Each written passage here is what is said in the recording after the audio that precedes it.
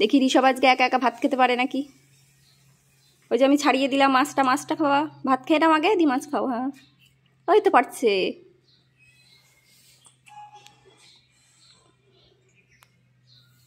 এবার একটু মাছ খাও।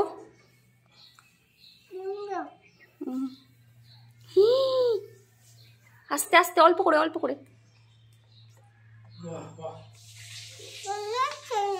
এবার চিবিয়ে নাও, আগে ভালো করে চিবাও, তারপরে আবার খাবা।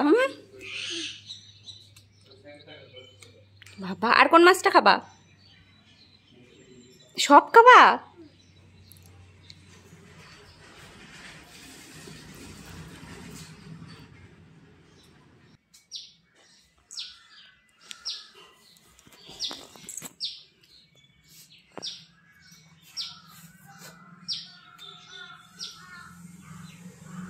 আলু ভাজা খাও,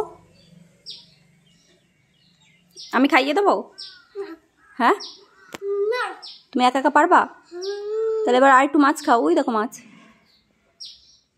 ওই ওই মাছটা ছাড়িয়ে দিয়েছি, চিংড়ি মাছটা।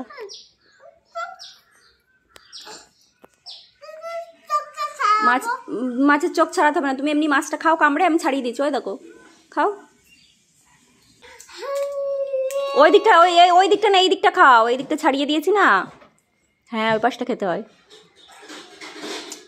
দাও এবার খাইয়ে দিই আমি। হ্যাঁ তুমি পারবা না।